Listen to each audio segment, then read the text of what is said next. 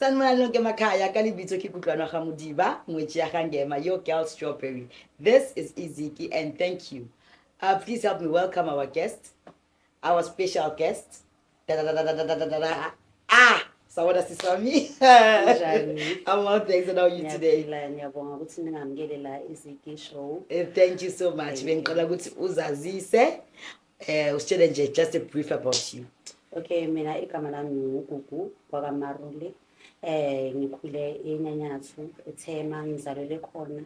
And then I've been raised with both parents, mama and baba. Then I have two sisters, and then nabantwana abayi-3, I'm a single parent. Oh, siyabonga Gugu. Oh, that was actually straight to the point. You just usazisile nje ukuthi ubani uqedile. Ngiyabonga sis. No, siyabonga namsana sami. Maybe you can take us through your journey. Welcome to Iziki and your reason for being here. Ukuthi nje silandele beyinyathelo zakho. So please take us through your journey. J. Be comfortable, be free. Oh, okay. Ijeni yami kahle kahle ngumntana njengoba ngisho ukuthi I was raised imbele umama nobaba. They are both vele abantu abakholwayo, abantu vele abakhonzayo. My father vele he's a pastor from Ezayoni. Oh, okay. So vele ekhaya sikhula vele nje singabantu abakhulekayo, abantu aba-right. But bamsaba uNkulunkulu. Okay, my journey started when I was 16. 16 years, 10, I think I was in grade 10 if I'm not mistaken. Then I kitchen yami semayiqala bengiyintwana besihamba ama-organization wenkonzo and stuff like that. And then leyo NGO leyo, and then isikhathi mase siqhubeka sesihamba ngoba uyamazi usathane ukuthi njani. Ngineqondo. Yes. Waqala ke usathane, then like ngaqala ngaba umntana ongasalaleli endlini. Aba umntana vele usakalala sleep out, ngaba umntana ongasamamela abazali. Yes. Ngaphuma ebazalini seyizenza on my own. Hayi ngaqhubeka isikhathi mase siqhubeka isikhathi ngaba ne first child. Okay. With the guy, and then ngaba ne first child in my teen vele, then like still ngakhuzeki. Okay. And then makhamba isikhathi, then data ngaba sahlwana nobaba umntwana first child, then ngazalwa nomunye vele uguy. Impilo yaba right futhi ngakhona. And then I was close with mamkhulu wami, by the way. Mamkhulu wami, by the way, she passed on. Oh, Mamkhulu wami ngokumuntu vele like isiclose kwazi ukushare everything kuye nanani. We'll sit together, we'll smoke together and drink tea. I'm sorry, parents, but okay. Let me be honest. Yeah, no, yeah, we'll do that because I think I need to say that because there's more to it when it comes to Ndabalias. So why? Okay, I will smoke with her, I will do everything with her. And then my mom started like getting sick. And then makakhohlela vela khohlela igazi. So sonke vele because mamkhulu ngibukela abantu laba even a fly loyiwe. Even nani yabona ezinjalo, but I will understand her. Ngimlandele because I love her. How this was this time sahamba saya entwini. So I won't mention that name leyo muntu loyo. Then masiya khona kuleyo mama lo vele like she's so ukuthi vele like mamkhulu wami she's sick nana shaka amathambo vele. And like bemosha ithambo vele like you will see ukuthi hayi leli lisho ukuthini aqhaza ukuthi because I'm a sharp child, I'm a sharp learner and everything. Then I ngibone ukuthi okay senza so ithambo nani athi she will get better vele uzoba right hambe ka doctor. And then after lapho then there are things that you're gonna use into zesintu imithi nani herbs. Yes. Yes, hayi vele waqhubeka vele mamkhulu hayi ngimkhapha vele ngimkhuthalele ngimkhapha. Yamthanda. Yes, hayi yo mama akho this is a second mother kahle kahle. Yes. Angithi vele yabona manje she will get better vele izoba right nani vele lo mama lo uthembisile ukuthi everything will be fine. Hayi baqala ngomkhulu vele agula vele and she passed on. When she passed on, I was having my third child. He was 5 months. And then like break it down because she was my mother. Ngimthathe as mama and everything. And the relationship. Okay, fine. We say masegenzeka kanjalo. Then I started like talking to myself ukuthi this is not the life that I want. Believing in because they all lie. There's one God in life, and there's one doctor, which is God Himself. He's the one who was you see this person is gonna die, this person is gonna do what. Yes. I find that was in my mind until very ngagcina saying lento le so busy in prayer ukuthi push on. Let me leave this old things. Let me go back to God. Because remember when I told you when I was a teen, I was doing that. I was praying, I was fasting, I was reading the word. Yes. I would preach with those guys. Okay, fine. So kancane, when you're saying let me leave those things, so ukhulumela ngishiya lento engizifundiswe umamkhulu who was then your mother then. Yes. Yes. Okay, thank you. And then after then la bengihlala khona bengicashe kwenye indawo so imzumbe, then it was a main house, then there was ama room, there was this guy lo guy lona bengamfuni nje akangenzanga next but bengamthandi nje igazi nje belingavumi mina naye. I find enough because uNkulunkulu wenza ngendlela eningi senza ngendlela eningi. That guy udlala ilento le ishow makudlala ishow TV, not TV, it was beku radio. Metro FM, angazi bekhuluma ngani but ngama ancestors and stuff like that. Then I went to him and asked him ukuthi kahle kahle izinto ezinje kwenzakalani ngazo. And he was so shocked because bengamgreethi when he greeted me vele bengathi umuntu vele ngizomnaka ngitshintsha ubuso vele like yabusha ngami ngiyakubona kabanje. ngitshintsha ubuso vele ngenza leyo nto le. Okay, fine. The guy welcomed me, but funny enough I was standing ngaphandle komnyango amela usecurity. We stood there 3 hours. I'm telling you. He taught me ukuthi wangitshela ukuthi ugogo wakhe vele he was also doing into lezabuzangoma and everything. I practice and then wagcina wasekayekile.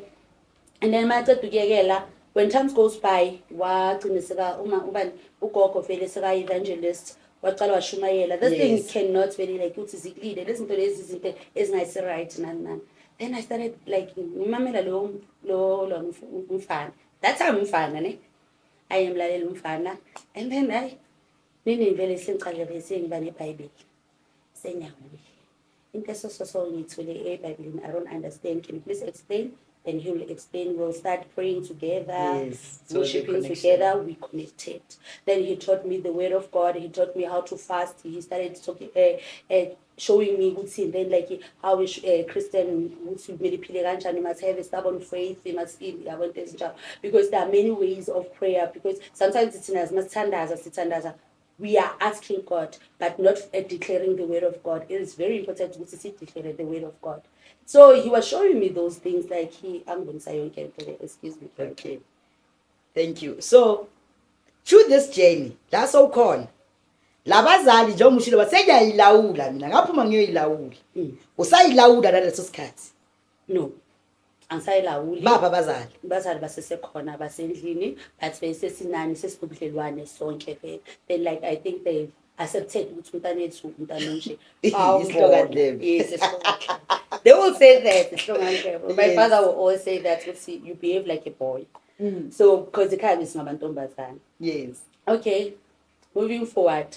Okay, fine. Then the guy, he's an apostle.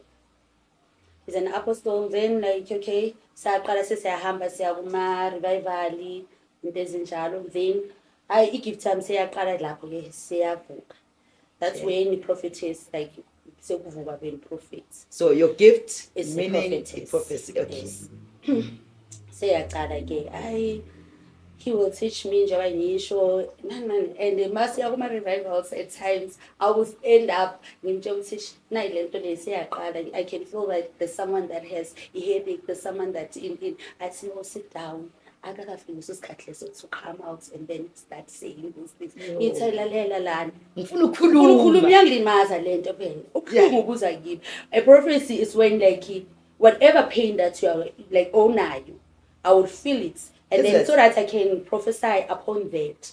So once I start speaking, because I was not that matured, spiritual matured that time. So once mangakhulumanga you're shy with that. But once you start speaking, once I start speaking, it stopped. So the umuntu lona would say Yimi yimi lo okhuluma okhuluma ngayo. ngayo And then you're naye. able to say you must pray about this or Yes. uzopona or Yes, okay, yes, that's understand. true. Oh wow, that was a beautiful gift. It Aye. is. Saqhubeka, and then he started church. I'm forced to say, "Kadisonto." So now this revival to now opening your own church. Yes, his own church. Okay, but you are just there as support system, Yes. support structure. Yes. Okay. And then he started opening a church. A church is Christ alone.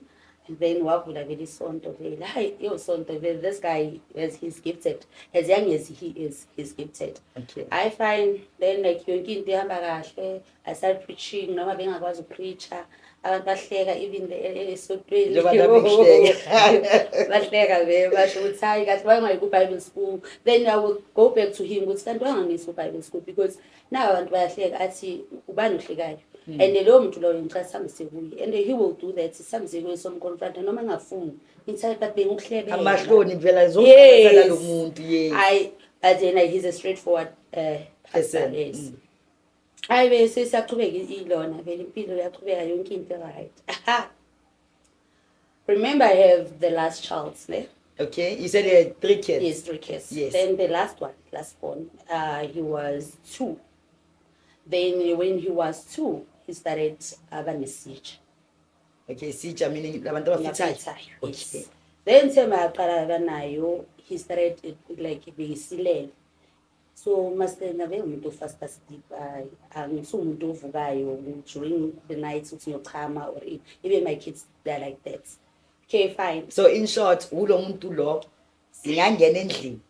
Siguga ama TV. Yeah, ayingayiguga mama. Thatha umbhedo. Sishiye phansi. Ayekho ukushiye phansi because ingubo uyayithanda. Oh, okay, okay. Waqala wasusa ukulala ingubo ayinzovuva but ngilo muntu lo noma bangagcekeza bayenzeni. Yes. Okay, fine. And then uthe makaba vele nale nto leyo. Ngimuva ngathi uthi before that ngibe like in a dream I had a dream uthi vuka umntana uyalimala. Oh, yes. Abuka umntana uyalimala. Then ngangiphaphama vele immediately mangiphaphama vele ngimthola like he is shaking. So ngisho uthi uphethe umchamo uyavimba lomchamo ngiphume ngihambe the toilet it was yabona like ngimele uthi phuma was a pen umntana yes at the edge of the bed bayafika lapho futhi still he's shaking ngithatha umntwana ngimbuke ngifake phansi engubeni ngimbese my younger sister awuboni net wena ubona umntana ovukile yes and the full was dark my younger sister athi kimi umntana uyafitha kuko umntana uyafitha mase umntana uyafitha ngijambe mangijamba kaso manje isivenye ngibona vele like amagwebu ayaphuma and stuff like from that. From the mouth, yes. And then like, okay, baba eze vela azongikhulekela sibamkhulekela athi baba this is too much, let us go to the hospital. Ayithambe clinic, siqale clinic phela. Clinic masifike clinic umntwana babathi bayanchecka vele he's still vele uyafitha. Then bamfama oxygen bamfaka idrip umntana he's not moving and this is my first time seeing this angiyazi into enjena akekho umuntu okwaba nento enje ekhaya ukhala kunjani mangicanga ngikhala ukhalela ngizela umntwana yo angihleki I'm just remembering my own parents nami ukuthi banjani basi wena bawuthi baserious bona bayakuthethisa I understand yes yeah ucindeze ntanyisi baba ngikhala ngiyathandaza thatha mangithandaza ngiyakhala. Okay, fine. Umntana bamnisa esibhedlela umntana he was admitted and aphinda futhi abuya be right after 2 days ubuye be right. Iphinde futhi some other days ashaye futhi afit. Iphinde futhi sibuyele futhi esibhedlela senza leyo routine isibhedlela ngoba they are running tests. There's nothing abayibonayo. Bathi bayabheka vele umntana yikho ama test ayikho sibuya ngamajob ekujeni ba check i-brain. Nothing. Esontweni lakho angicabangi ngisesontweni because I think it's your father is already praying in Nathandaza. And then futhi I thought ukuthi it's a thing a medication and stuff like that. Yeah. It's a natural thing. Okay, fine. And then siege futhi waba futhi naye futhi on feet the third time around. When he had the feet the time around, I told my parents, now we're gonna pray in a serious prayer. I'm not going to take Mtana Munise back to the hospital. awukuphi because ayikho into abayibonayo akatholi sizo. akatholi sizo akatholi next we started praying. So askisi kancane, so your child by then akekho diagnosed No, ngama-fitting no, yonke no, lento, akuna medication ophuma nayo, no, it was only Panado for pains. yo nalama drip bamfaka Yes. wona just ukuthi abuyele back and then uhambe for ipanado. Yes. Okay. Okay, fine. Then like we started praying. When we started praying, and then my sister's business kulega in Bonneville athula eyehla phansi. Remember all this time I was not praying, I was crying. But when I started praying, then I prayed to God, ukuthi Baba, why ungamsizi, why ungayenzini, yabona. Then like it stopped. When it stopped, immediately my stop lento le sinyijike ngithi ngiyogqoka. Ngigqoka impahla ukuthi ngiyahamba ngiyakumfundisa wami manje. Because I can say this is not ukuthi iseed. Yes. This thing should is beyond. And ngiyahamba vele ngiyakumfundisa. Mangiphuma vele ekamereni sonke siphuma. Umntwana abhodla. Akabhodla kaso, remember history. Mabhodla wonke umuntu ajika sigijime sekuye because ubhodle ngenye indlela like emanza even nomuntu be akabhodli kanje. Ngisho nobaba omdala akabhodli kanje. It was like ngathi it's an animal or something. The way they are, yes. Like a lion kind Lion, of. kanjalo. Wow. Okay, I'm sorry, I can't say the R, guys. I can't say the R. Axolele. Yeah, yeah. Okay. Then like ivele abhodle kanjalo. Then we went back there. Masithi sampeka umntwana vele uthulile manje. Uthulile kuThixo. Then ngithatha umntwana ngiyomfundisa vele started praying for him. Then I gave him Panado for pace because no seizure. Like umzimba vele babuhlungu. Because I uyashayiseka phansi ayenzeni. Yes. Then we came back. Then he visited the last time. When he visited the last time, besikasiswami. Then safuna imoto, ukuthi imoto izosikhapha. Mayisikapha imoto isitaki. Yo. Anibizanga ne-ambulance. No.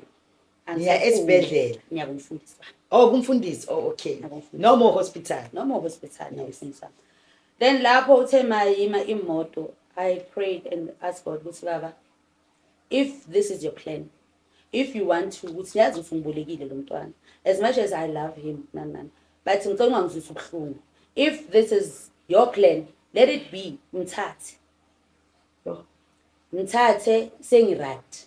Because ngeke ngikwazi ukuthi to bear the pain because bengasakwazi nokulala kahle. I will sleep one side ukuthi ngihlale ngimbhekile. When he start moves, like aqala move bese kuya lengcondo ukuthi now sayaqalile now Sometimes I see akusiyiyo and lento lena bese ngathi njobe so busy yenzeka kaso kimi sengibona kahle ukuthi angisakwazi nokulala kahle angisakwazi internet and bengasafuna ukumshaya noma gangile angisamshayi manje mase kucala ubusuka ngimshayi because I know ukuthi mhlambe uzoqala yenza this thing and at the same time we are spoiling that child's foot because he needs to know the wrongs and the right. Vele alona azi ukuthi ukhulwa kanjani kuyenzakalana and then so manje umntana angikhona ukumshaya njengoba ngisho angikhona ukwenza next. Okay fine umntana nako ke njengoba imoto istakile mayistaki imoto ngisho ukuthi umntana uyashona baba njengoba ngisho ukuthi mthatheni if that's the thing baba mthathe ngikhathele. yes ngikhathele ayimoto icala imuvi ihambe mayihamba sesiya ku main road la kuphithizela khona imoto kakhulu iqale futhi ingathi yastake uyasija lo mntana imbambeka sola emuva vele emotweni yabantu ngicela imoto yabantu and uyacabanga ukuthi phela makazoshona imoto yabantu bazofuna ukuthi gezwa yezweni those things yothatha imali African nasebenzi exactly. I find ahambe ngemoto vele sambe vele then masifika ngase save mo because umfundisi lala endlini sisuke eTsakani masifika ngase save mo umntana vele athule laba baphambili ngihamba nabo kuvusa umntwana uyenzani manje wenzani umntwana ushonile na enzani then like mayeva vele impulse yakhe vele uthulile. In that time it was silent ukuthi baba if this is your will let it be. Remember I told you ukuthi Apostle Themba he was umfundisi stubborn faith ukuthi sometimes there's izinto like that we need to go through. We need to ukuthi see, let us not point uNkulunkulu ukuthi why in and now it was too much for me. Okay, fast forward, sifike kamfundisi, masifika kamfundisi. Ngene nomntwana ngisho umntwana ngakenzeki kaso. Ushonile uyambona ukuthi umntwana. Ngiyambona nje uthukile nje umntwana. Uthukile umntwana. So why ungasho ukuthi umntwana ushonile? Ngiyamtshela ukuthi umntwana uthulile angazi ukwenzakalani. Ukwenzeka so ngimqoqeke ukuthi what happened njengoba sizofika lana nani. Mfundisi wami athi let us start praying. Then we started praying. Kancane. Umntwana ushonile. Uthulile. Oh, uthulile. Angeke ngithi ushonile because Okay. I don't know. Oh, so beka uphilile, okay. Yeah. Umntwana uthulile. Uthulile. Awufoneli ambulance. Angifundela ambulance. Still no ufika kumfundisi. Yes. Anfoneli ambulance. Yes. Yo. Hayi siswami semasifika vele njengoba alona athi let us start praying. Then we started praying. Asathandaza aqala futhi. Ukuvuka kwakhe uvuka nesitsha. Makasitsha kaso sigcina sesimyekela simmisa.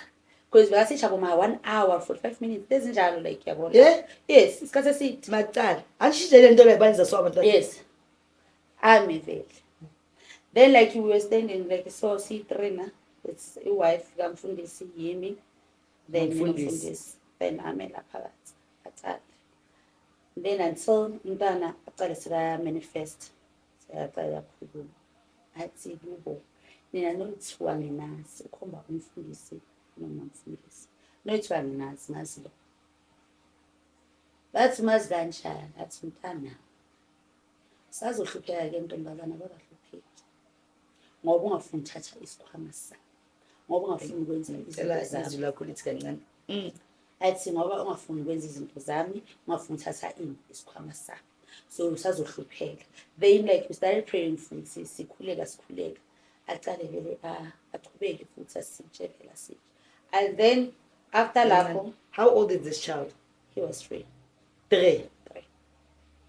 Okay. Because birthday late, birthday December 31. So birthday the whole year ngisho. 3 years the whole year. I will say that he was 3. Okay, fine. After lapho umntana maqedile bekubaya nesitsha leyo a stop. Then maka stop vele enjoy ngisho ukuthi vele like it will stop. Then alale vele yalala lesikhathi eside. Then started having conversation. Noma conversation baxoxa namfundisi. I did not listen. Sengicanga lento le eyenzakala lentana lo ayikhulumile this thing. Hey, later on ngiyele ekhaya, bangiyele ekhaya, ngasho ekhaya. What happened? Hlale during the week bathi mawuzoya ebungomeni nani. Kune kome engenayo, kunamanzi, ama sign abe khona those signs ukuchitheka amanzi ekhaya nje bavuka ekseni uthola amanzi achithekile. Bayabuza ukuthi this is a sign ukuthi vele kumele kunomuntu kumele ahamba yothwasa. Ngingasho ekhaya still because of ukuthi nyazi utheni, yeah, utheni umntwana angisho. And then I started praying to God ukuthi baba mara ungayenza into enjeni. I don't want to go there. Ngiseyemzini abantu ngiyogida mina, yoqala this thing. Nelento ezibovu laphana, yonke lento lena. Yes. So ayeke ngikhona. And then saqala vele sayenza vele ngalona ngayenza ngisaqala vele njoba umntana vele sekenzakala lento le so kungena amanzi endlini yenzakala zonke izinto ezangivele ngisho next. Then until I started telling my parents ukuthi this is what happened. Sengihilile na. Sengidelile ukuthi let it be. Then abazali bami bathi njoba uvuma kaso manje yenza njani. Then my older sister vele wathi yini ngizokusupport sambe sisikanyeni yophahla lapha and say uyaphuma. Then I went there ngaphahla. Angikwazi ukuphahla ngikwazi next. Then ngaqala vele. Okay. In this equation, liphi sonto umfundisi?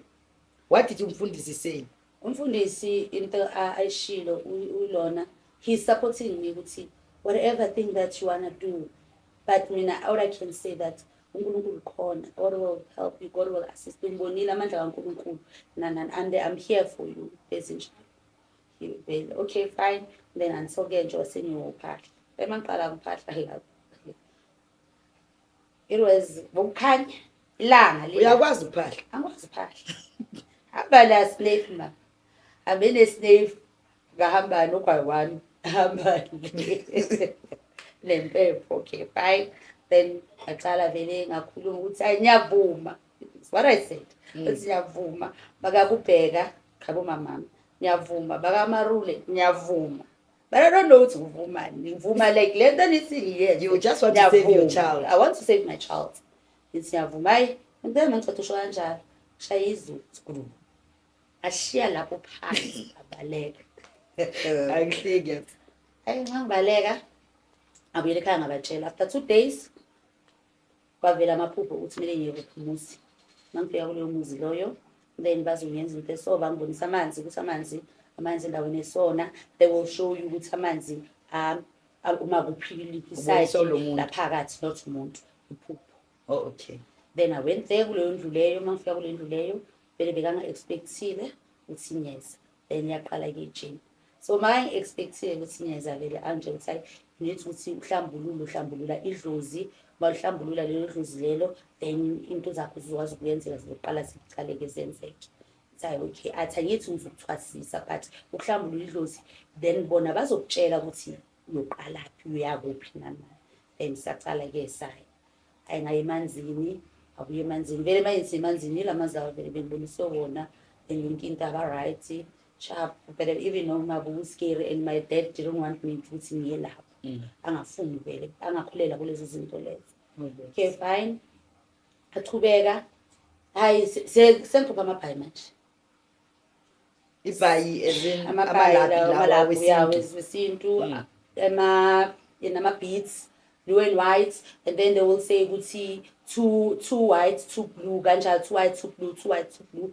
then vele uhlala bambuphelele ungabuthengi like ukuthi uthenge sobu ready made you must ukuthi uyenze izinto zakho then they will show me ukuthi how mawuphahla kanjani bambonisa ukuthi babuya labantu iculture yami kahlahle because ngi half Shangani and half Pedi bangibonisa ukuthi lento lezi like kahlahle zivelaphi kancane yonke lento ephuphweni no utshela ulogobela uyekuye ephuphweni so batshela ukuthi ubuyaphi bongayazi imvelaphi yakho yes bengayazi then okay fine and then bangitshela ukuthi I need to stop ngasayi kule yamuntu lobeke kuye then bona they will show me they will teach me izinto they will do everything then okay fine ngaqala vele ngaqhubeka then ngafunda vele izinto eziningi vele ngifunda vele ngamabhayi ukuthi amisho ukuthini nani ubuhlali bami ubusho ukuthini lento engenile ukuthi yini because ubungoma buyahluka uhluka in different ways vele so then like ngangitshela ukuthi yini nani elena engenile vele okay fine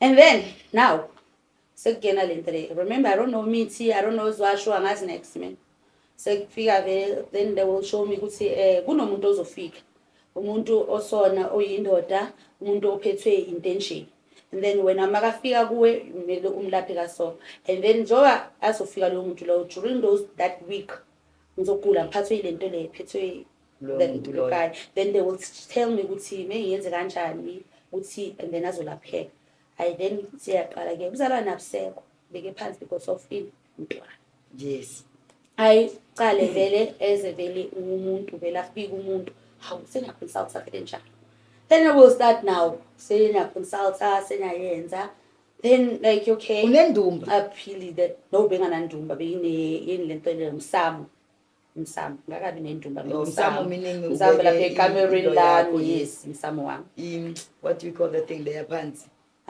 ikansi then amaloni yakhe namakhandlela wami lapho umsamo wami nje okay fine sekaqala vele sekayenzeka vele ngenzeka along the way sebayangibonisa ukuthi kahle ngingene umamkhulu wami the mamkhulu wami yo the reason ukuthi mangiqala ngiconsult and everything I'm smoking RGs because umamkhulu wami she smoked RG so wena bobhema ini kahle bengabe bemwamkhulu then bema nomamkhulu wami nje RG oh that is why zange what village wabhema le RG okay and then mase biziqhubeka ke sengicala ngibhema RG and when mangicala ngibhema RG ziza so izinto I will smoke like now and then until ngize ngicede isession kushuthi it's when kusho ukuthi ngiconnecta naye angiconnecting ngeslave angiconnecting nani was connecting le nto leyo sometimes bengeke ngishise nempepho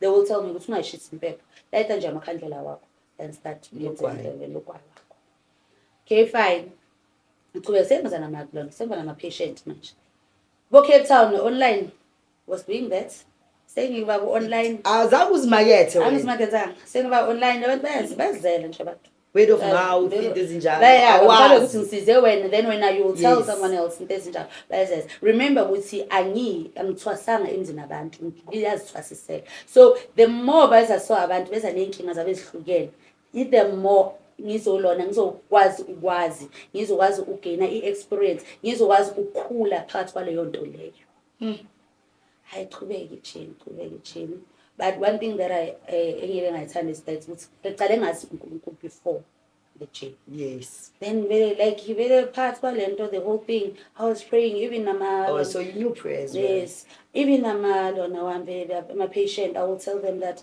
you pray is everything you need to learn ubeke uNkulunkulu phambili nani and then like sometimes there's izinto I will see them ukuthi this is not God, this is of God, yabona ezinjalo then like but because of nale fear ukuthi if I turn it down umntanami uzoyenzekani hey impilo yaqhubeka sobhiza yaqhubeka until bathi mina ngemanzini ngathi naye ke ngikwazi ngiyangiyi like yes but uyile before mosino nomuntu but manje mina ngihambe ngiyi everything that I do I need to do it alone awudingi umuntu angidingi umuntu mina ngihambe ngiyi ngathi mina yeke ngikwazi if mele ngilona ningithathe ngizongithatha kulo mbhedo ngizomlisa emanzini mina ngiyi mina la kancane tu labantu laba nikhulume ephuphweni sebaza life kuwe please just enlighten us I don't know if you're comfortable please yeah sometimes they will come your vision sometimes they will come with dreams sometimes when they like you will feel their presence you see they're here and then ukhulume wena mina mangikubhekile ngathi ukhuluma i1 but wena nomuntu okhuluma naye benyeke vele yes but benyeke beze phakathi kwabantu yes bazuza ngi1 nibe ne conversation njengoba uhleliswa manje okay fine kubeke into how okay bathi bangifuna ukuthi ngiye lapha emanzini naye ngiyi hayi mina ke ngokuphapha ngihambe nebantwini sengebantwini manje hayi ngihamba mina uthi phela mina I cannot ukuthi ngiyenze lezi zinto ngi1 I need an assistant at least ke makangikhaphe ngemanzini ngiyelapha ngiyenze whatever into abayifunayo then mase ebantwini abantu ke sebangitshela ukuthi hayi wena yawulaleli wenza izinto ngokubheda bomela wenza so yithi ukubheda uyakubo abantu ababonayo babonayo okay wenza izinto ngokubheda hayi ngisuke kuyo umuntu loyo ngiye komunye futhi ethe yabo seyaqala afike komunye umama yahleka lokufika hayi lo mama lo wathi kimi uyafaka sis abasho kungalaleli na 3 days uyafa in 3 days time uyashona ke wena how it's mina how kanjani ubulawa yini ubulawa athi awulaleli nale khanda leli likuphathayo awulaleli manje nyabe ayikho into engiyenza wrong I don't sleep around I don't do anything like ingela ngilodila ngikuye ngiright and ngiyenza yonke into because nami ngiyasaba ukuthi umntanami I don't want to lose my and umntana akasaguli so kwase ngomntwana ukuthi akasagula akasenzi next hayi qhubeke yini athi mama lo ngisiyashona la khona umuntu umngani wami ngiyofonele manje ngifonela ngiseshintanga nenkinga ngibuye endaweni so yes lo muntu lo ngidlela into enje so ngiyashona athi mngani wami yebo niyaphaka basa kuyifaka endaweni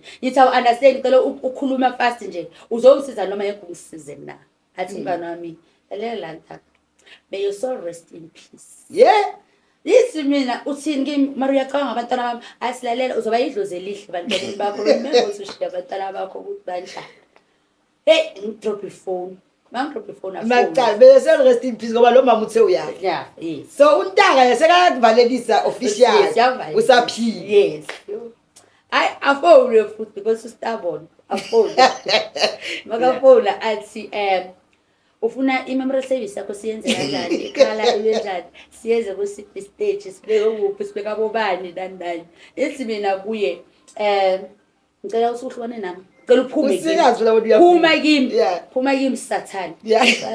adlama lohlala ngiyakuthanda eva ngiyakuthanda ayidrop ifone bele ngicimbe befone yami hayi ngibe ne-stress thola omunye umuntu futhi hayi lo muntu la acala futhi How many days manje? Indlini 3 after days. mhlawumbe 3 days yes So awufaki? awufaki Yeah. ngiyambona ngiyaphila hayi lo muntu lona vele angiyenze vele izinto ngahambi futhi nakhona kahle agcina ngathazini this thing is too much this thing I've got izinto eziningi let me go back to God ayikho into endlula uNkulunkulu noma ungayaphi yephi ngisho nalezo zangoma ngisho nabaphansi nabaphezulu nabaseceleni ayekho umuntu odlula uNkulunkulu and one thing that engiyazi ukuthi lo mntana K5 umntanami but God says ukuthi he's the parent of them all. So I cannot be a parent to this child. Impilo yami ayikwazi ukuthi ibambeke because of lo mntwana lo. Ayisho naye uNkulunkulu he has plans for umntwana. Yes. So as much as naye he has plans for me, mina I'm tired. Hayi ngihambe ngesonto labazalwane. Nokuhlali bami. Hey. Oh, kodwa uye wafaka uhlali namabhayi. Amabhayi bengiwafaka mangiwasebenzisa for ukusebenza but awuhambi nawo stretching. I still wear my normal clothes. Hambe bazalwane mafika bazalwane abazi bayakwathana bayenza nje uya the very same church you went to. Same church I went to sekunama membership amanje phela bangazi nani because my pastor is the apostle of love. He always like welcome people. He doesn't judge because he is. I vele then like the seat that I sit at vele angilande vele ngiyohlala phambili. Francis, when a prophetess, I'm a very ufike askis ufike waba ne congregation wahlala nabantu pastor kulande uthi no this is your seat yes, come to your seat faka uhlalo nalala yes what a wonderful pastor he is. Yes, he is. Hayi ngibuye ngihlala phansi and then like unkosikazi wakhe basho welcome prophetess Gugu. Ngicela let us welcome prophetess Gugu vele khona into ofuna ukuyisho in then I greeted them then ngajabula ukuthi nginani ezinjalo. Nokuhlali in front. Then vele abantu vele abazi abantu. Yeah. Okay. Abanye sebayaxoxa ukuthi abeka la nabe kumzalwane sekayisangoma. Sangoma. Sekayabuya manje namabhayibheli. Sekalahlebela amabhayi. Hayi and then like okay fine I didn't want to rush things. I didn't want to do izinto ngendlela yami bengifuna ukwenza ngendlela kaNkulunkulu kube uyo ozongenzela this thing because iBethel akuse yami yakhe. And then fine when time goes by vele ngagcina sengichacha manje ichacha I had a dream first then manje bane dream I had a dream semanzini I was praying there's into lezamadwala amatshe la wasemanzini. Oh okay. Yeah, amatshe wasemanzini then bengithandaza lapho phezulu kwalawo matshe la then uvela abantwana nje abancane didn't see the ubuso babo but ngababona nje then basho abantwana ukuthi sikuyekile manje ufunani ngithi then when manje umfundisi wami ukuthi yazi ngiphuphe so and then I don't know what is ukuthi wahleka vele but sikimi you are free and then the next day ngaphupha picking up coins nje imali nje ngiyibona ngibamba outside the church then ngibhizi ifaka lana then ngambuza futhi wathi izinto zakho right come back to God. Then I started going back to God. I started reading the word. I started ilona sengiyafasta like sengibuyile so uyele kulo yana uqala lo mawuzomitha the pastor. Yes sengibuyile vele like izinto zami sesaqala zavuleka sala next iweight seyabuya because nakhona uyabona I thought ngiyacabanga ukuthi mhlambe kuyi stress njengoba ngiwonda ngenzani then like izinto zami zaba right umntana mo right we are safe by the grace of God. Amen. Amen. So how did that affect your life? Remember now ukuthi from ukuphuma uswitch from ubuzalwane to ubungoma if ubungoma the practice lebo yenza how did it affect your life? Both, please explain both in a negative way, which affects kanjani negatively, and then positively so again, which impact yenza empilweni yakho. Okay, in a negativity, in affect in such a way ukuthi njengoba ngisho ukuthi izinto eziningi you will have this uqala uba ne stress uthi manje yini lento engakabayifunayo wenza into ezi right still they're complaining. And manje phela ngifuna ukusave umntanami futhi umntanami angalimali. And manje sengihlala nani ne-stress novalo because of umntwana yonke leyo nto leyo. Then in a positive way is that ukuthi uNkulunkulu makakufaka entweni isimeni ungena nawo. And njengoba akufaka, so remember as a prophetess there are many things that ukuthi kumele sikwazi sesingena phakathi kuzo sizokwazi ukukhumbula futhi nabantu batshintshe and go back to God. Thina siyithi esilona eswithdraw abantu angisho silona sibalethe enkosini. So njengoba ngingenile phakathi kwalesi simo lezo phakathi kwalezo zimo lezo I had to ukuthi ngiyekuzo like I've said ukuthi angithandi legama leli ukuthi why mina, because I believe ukuthi mayengayenzeki lobuhlungu engibuswayo why kumele kuyenzeka komunye umuntu, why kumele kuziwe omunye umuntu. Esisikhathi ukuthi izinto engene kuzo it didn't break me but ile zangishape zangenza ukuthi ngiqhubeke ngempilo ngikwazi to conquer, ngikwazi ukuthi head on ngiphethe ama challenges noma ukuthi ngakabi that perfect ukuthi izinto akakahambi kahle but I thank God ukuthi kuyenzeka and he's here azange angilahle azange angishiye futhi as he has said in his word ukuthi I will never forsake you, not leave you. He's still here. So according to you the practice now ungayigqeka or it's okay, like do you have anything against it or not? Into engayisho kuwe is that iBhayibheli lithi we are not the judges, there's only judge, one judge is God. And nami angazi ukuthi ngifune kanjani, nami angazi ukuthi ngize ngifike lana kwenzekaleni. If God ilana isikhathi kaNkulunkulu ayekho umuntu ozosiphikisa, so angiceki ilona ubungoma angiceki ini.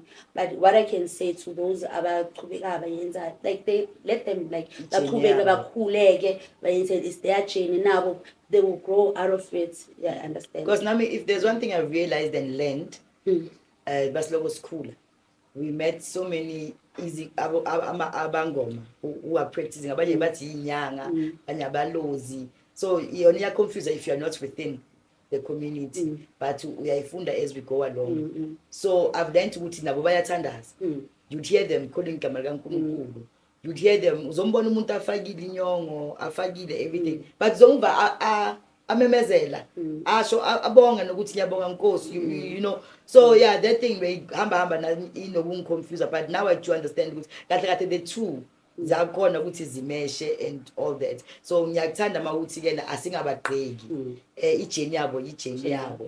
Yes. Okay, what would you like to say to our viewers? What would you like to teach our viewers? Into engayisho ukuthi masina teacher my message to the viewers is that ukuthi be patient in everything that you do in life. Imino yoyi-5 ayilingani, asilingani empilweni. And then isikhathi sakho masizofika sizoyenzeka. When God says ku-Isaiah, when the time is right, He will make it happen. So believe in Christ, be patient, be there, be persistent. Because at times it's in a then like she and all blaming people, if begusona or blaming parents, blaming governments, blaming is it's just in blame. As it is isn't the so it's not good isn't the big things, is this all really movers inside. God is still there. He will keep on like push prayer. Prayer is the key of everything. Declare the word of God. Know the word of God, because the Bible athi uzongikhumbuza ngezwi lami, uzongazi izimvu zami ziyangazi nami ngiyazazi izimvu zami. So izimvu zikaNkulunkulu mawuwazi uNkulunkulu kumele umazi ngezwi lakhe, izinto zizoba right. That's what I can say. Thank you so much. Usisigugu manje ukuphi yinto ofisa ukuyenza or ayenzayo currently, because ngiva the way ushumayela ngakhona, okay, I would say umshumayelo or how strong you are right now. I don't know what back then is this how strong you were or not, but yini into ukuphi manje ngempilo as we speak right now ngempilo.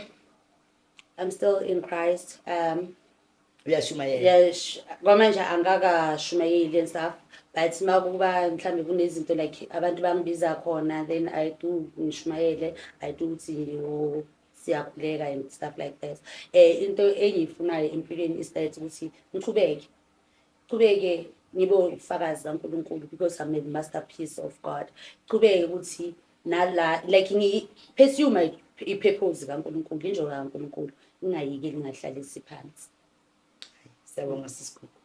Your story is beautiful. Thank you. Khona esizifundayo manje zikhona ziyavela into, but it's my first time ukuhlala nomuntu ozokwazi ukuthi ayandlule kangaka. Wayibona ayibule mlado awulade atshela wona. Yes. That's it for today. Thank you so much, our viewers. Please do not forget to like, subscribe, and follow us. Please do not forget to like, subscribe, and follow us. Thank you so much. And before we close, niyazi ke gaga as that time. Stella Sekai, now that you have came to see us, would like to give you something as one of our first, not our first, but one of our first guests. So we have managed as Iziki to raise some funds for our people and everything else. So what we do, we try and gift you guys ukuthi sibeke sure ukuthi at least since ufikile lana sesivile inkinga zakho uke man uyopempower man kupopota so sithi no. So unfortunately I would give it to you kanjena, but yeah, because it's on a soft copy and something I cannot just give it to you guys. So but please do know ukuthi mawuhamba la ekhaya namhlanje you go with that gift. Angazi ke ukuthi uyothatha ba noma ngibe ukuthi nihlukene baba bantwana, so hayi nabu ngambisa. So but thank you so much for coming to our show. We really appreciate you. Thank you. Ngathi ngabuya. I know.